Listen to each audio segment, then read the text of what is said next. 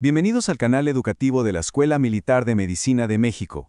Hoy vamos a sumergirnos en una de las fronteras más fascinantes de la neurociencia clínica. Hablaremos de la convergencia entre la multiómica y la inteligencia artificial, una sinergia que sin duda está destinada a revolucionar cómo diagnosticamos y tratamos el trastorno depresivo mayor y el suicidio. Para que vean la magnitud de este cambio, hemos preparado una hoja de ruta muy clara. Primero, vamos a establecer por qué este cambio es tan urgente. ¿Cuál es el imperativo clínico? Después nos adentraremos en las capas moleculares, el transcriptoma, el universo no codificante. Veremos cómo la inteligencia artificial se vuelve la pieza clave para darle sentido a todo esto. Y lo más importante, cómo se va a traducir en una psiquiatría de precisión que podamos usar en el día a día.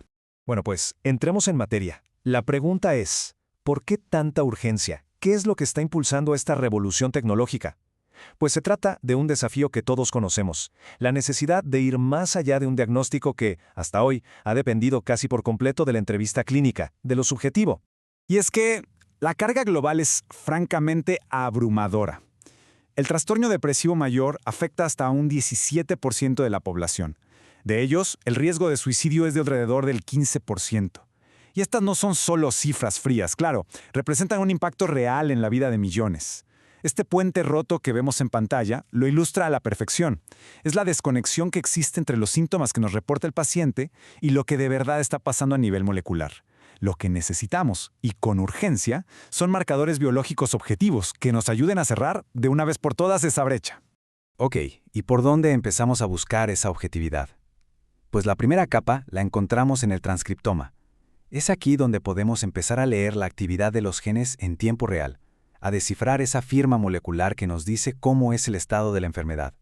El primer gran mapa que tuvimos vino del análisis de transcriptómica Bulk. Al estudiar tejido cerebral post-mortem, encontramos de manera muy consistente alteraciones en las vías glutamatérgicas y GABAérgicas, los sistemas de encendido y apagado del cerebro, por así decirlo. Pero aquí viene lo verdaderamente crucial para la práctica clínica. La sangre periférica está resultando ser una ventana increíblemente accesible. Nos está dando biomarcadores como ROR-alfa y Chi3L2 que tienen el potencial de predecir la respuesta a antidepresivos. Y, al profundizar en estos datos, aparece un patrón que es, de verdad, sorprendente. Una especificidad sexual extrema. Los estudios a gran escala nos muestran que la cantidad de genes que se expresan de forma diferente en hombres y mujeres con depresión que se superponen es prácticamente nula. Es casi como si estuviéramos viendo dos enfermedades moleculares completamente distintas, pero que llamamos igual. Y más importante aún, estamos empezando a separar a nivel molecular el suicidio de la depresión con genes específicos como el mTRNL8 o el ARNT que se asocian directamente con la conducta suicida. El siguiente gran salto tecnológico nos lleva a la resolución de célula única. A ver, si la transcriptómica Bulk era como ver el promedio de toda una ciudad, el Single Cell RNA Sequencing es como poder escuchar lo que se dice en cada casa. Y la conclusión es fascinante, porque resuelve el misterio de ese dimorfismo. En las mujeres, los cambios genéticos se concentran en la microglía, las células inmunes del cerebro. En los hombres, en cambio, predominan en los oligodendrocitos. Es la misma enfermedad, sí, pero afecta a poblaciones celulares distintas dependiendo del sexo. Ahora, avancemos a un nivel de regulación todavía más sofisticado. Porque, más allá de los genes que codifican proteínas, hay todo un universo de ARN no codificante que actúa como la orquesta epigenética, decidiendo qué genes se activan y cuáles se silencian.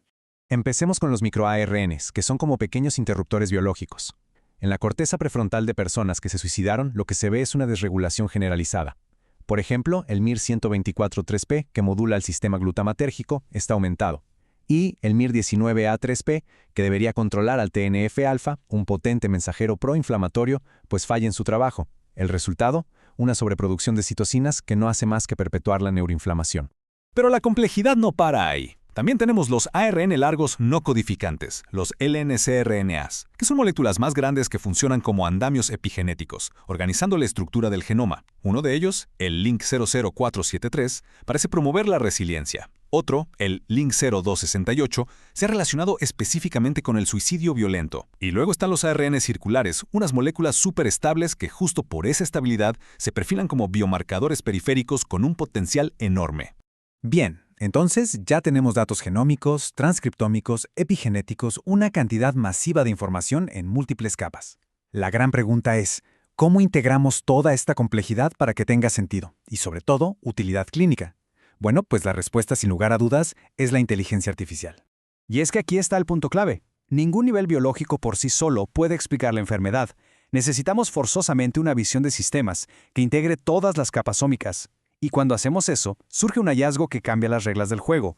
No son las neuronas las principales implicadas, sino las células precursoras de oligodendrocitos, las OPCs, las que más contribuyen a la desregulación en la conducta suicida. Esto es, ni más ni menos, que un cambio de paradigma. Aquí es donde el Machine Learning entra en acción para transformar estos datos en algo útil. Algoritmos como Random Forest o Support Vector Machine toman toda esta complejidad y la convierten en predicciones claras, sano o enfermo, con riesgo suicida o sin él. Y los resultados, la verdad, son impresionantes. Un modelo de SBM demostró una sensibilidad y especificidad del 90.6% para diagnosticar depresión usando un panel de solo 10 transcritos en sangre. Imaginen lo que esto significa para la práctica diaria, una prueba de sangre con este nivel de precisión. Y la inteligencia artificial no se queda solo en los datos ómicos. El deep learning y el procesamiento del lenguaje natural nos abren otra puerta, la del análisis de datos no estructurados, como las notas clínicas del expediente electrónico. Esos algoritmos pueden encontrar marcadores lingüísticos sutiles, patrones ocultos en la forma en que el paciente se expresa, que nos pueden ayudar a anticipar con una alta precisión el riesgo de suicidio. Muy bien, toda esta ciencia es fascinante, pero al final del día tiene que tener un propósito: mejorar la vida del paciente. Así que veamos cómo estas tecnologías empiecen a tomar forma en la práctica clínica de un futuro que ya no se ve tan lejano. El concepto de la biopsia líquida es, en una palabra, revolucionario. Tenemos estas vesículas extracelulares, los exosomas, que cruzan la barrera hematoencefálica llevando consigo material genético del sistema nervioso central. ¿Qué significa esto? Que actúan como ventanas moleculares al cerebro y nos permiten monitorear lo que pasa adentro de forma no invasiva y en tiempo real, con una simple muestra de sangre. Y todo esto nos lleva al objetivo final, la medicina de precisión. Imaginen poder usar una firma transcriptómica para saber desde el inicio quién va a responder a citalopram y quién necesita otra cosa. Y no solo eso, se están identificando blancos terapéuticos completamente nuevos, como el snRNA SNORD90. Esto es el fin de la era del ensayo y error en la psicofarmacología. Bien, pues vamos a sintetizar toda esta información y a trazar cuál es el camino a seguir para que esta nueva era de una psiquiatría biológica, objetiva y personalizada se convierta en una realidad. El camino por delante es claro, pero también es exigente. Primero, necesitamos validar todo esto en cohortes mucho más grandes y diversas. Tenemos que usar modelos biológicos más avanzados, como los organoides tridimensionales, esos minicerebros que cultivamos en el laboratorio, para entender los mecanismos. Y el siguiente paso es la integración total. Combinar los datos multiómicos con neuroimagen como resonancia magnética funcional y electroencefalograma. Y esta infografía nos resume perfectamente todo el proceso del que hemos hablado. Partimos de un problema clínico, uno muy serio. Obtenemos datos de fuentes accesibles como la biopsia líquida. Aplicamos análisis multiómicos para capturar la enorme complejidad biológica. Luego, usamos la inteligencia artificial como el motor que encuentra los patrones que importan. ¿Y el resultado final? Aplicaciones clínicas reales, predecir la respuesta a tratamientos, encontrar nuevos fármacos y, en resumen, ofrecer una medicina de precisión para cada paciente. En conclusión, la integración de las ciencias ómicas y la inteligencia artificial por fin está abriendo la caja negra de la depresión y el suicidio. Estamos siendo testigos de una transición histórica, de una psiquiatría de síndromes a una de biotipos moleculares. Estamos pasando de una era de ensayo y error a una donde los diagnósticos y las terapias se guían por datos biológicos objetivos, todo con el fin de reducir la carga de la enfermedad y, por supuesto, prevenir el suicidio. Este análisis se ha basado en literatura científica de vanguardia, principalmente en la revisión de Wang y Duidibi, que fue publicada en la revista Translational Psychiatry. Este video fue producido por el general de brigada médico cirujano Humberto Carrasco Vargas. Muchas gracias por su atención.